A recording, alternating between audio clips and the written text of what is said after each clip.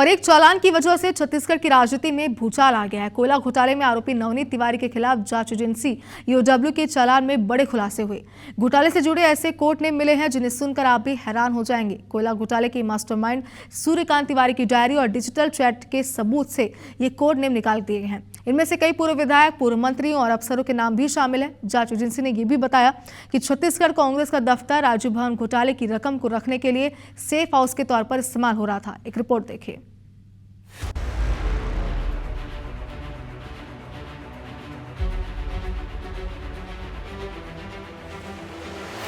छत्तीसगढ़ में हुए कोयला घोटाले की जांच में ईओडब्ल्यू ने कई हैरान करने वाले खुलासे किए हैं।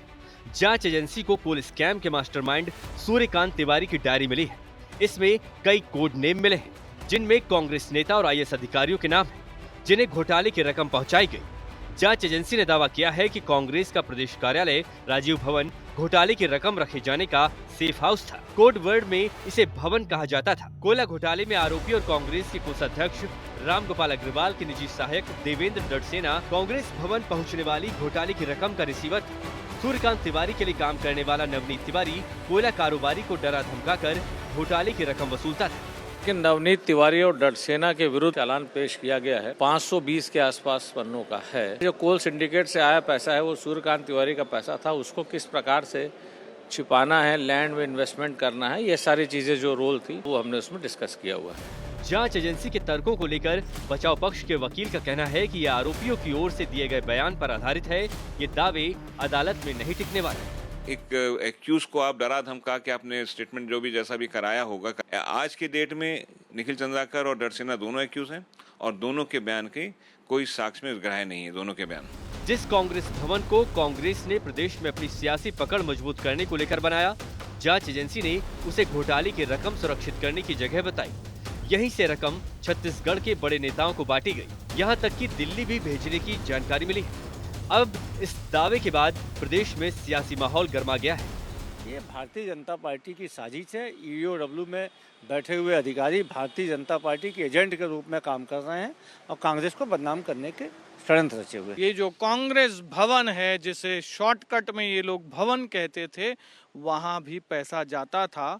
तो ये कब बना है और कितना घोटाले का पैसा इसमें लगा है, ये भी देखना चाहिए। इस पूरे चालान में सबसे हैरान करने वाला खुलासा दरअसल वो कोड नेम है जो सूर्यकांत की डायरी और डिजिटल चैट में सबूत के तौर पर मिले हैं। इनमें घोटाले की रकम हासिल करने वालों की पूरी एबीसीडी है, यानी कि उनके नाम के अक्षरों का इस्तेमाल करते हुए कोड नेम तैयार किए गए हैं। जैसे डी का मतलब विधायक देवेंद्र यादव।